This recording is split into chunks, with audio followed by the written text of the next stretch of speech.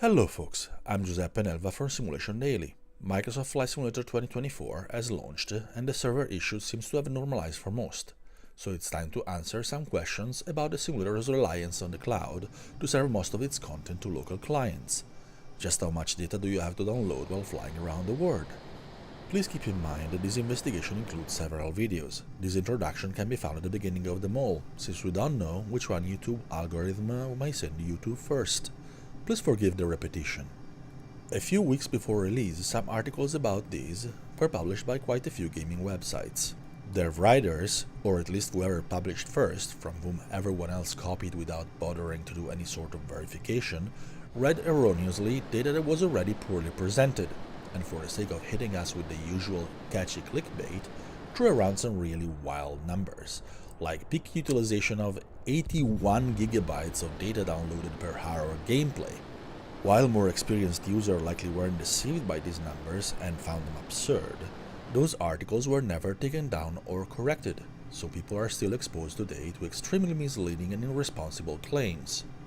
Unfortunately, it's the nature of part of today's gaming press and its desperation for traffic to the detriment of bot readers and developers.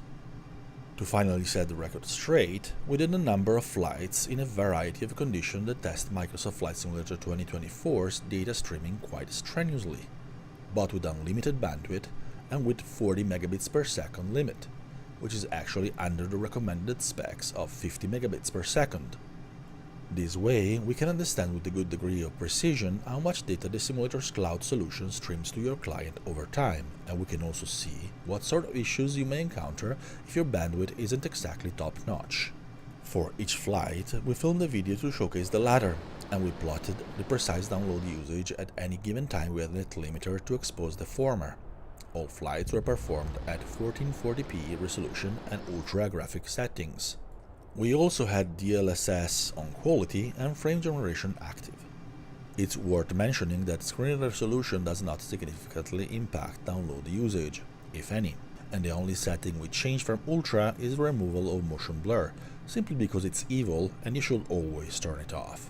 This specific flight features a Super Hornet flying over the Grand Canyon at full afterburner to perform what's pretty much an extreme test by going extremely fast at the most download-intensive place in the simulator. Bandwidth is unlimited, and the cache has been deleted before the flight. We kept it short because we ran out of fuel.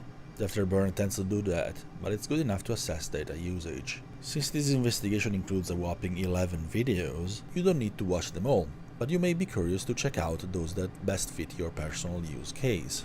Incidentally, the previous videos said 9 and then 10 videos.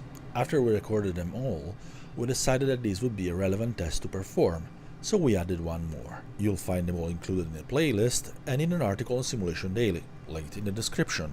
The article is also where we'll present all the data and our conclusions, so you may want to read it to get the full picture. Of course, if you enjoyed this video, please like and subscribe. That always helps us out, and we're always thankful for the help and support. Even more importantly, please include Simulation Daily in your daily reading routine. We publish news and articles aplenty about Microsoft Flight Simulator 2024 and other simulators and games to keep you up to date with what happens in the industry. But for now, I leave you with the rest of the flight. You'll find the chart of the download usage at the end of the video or in the article linked in the description. Thank you for watching.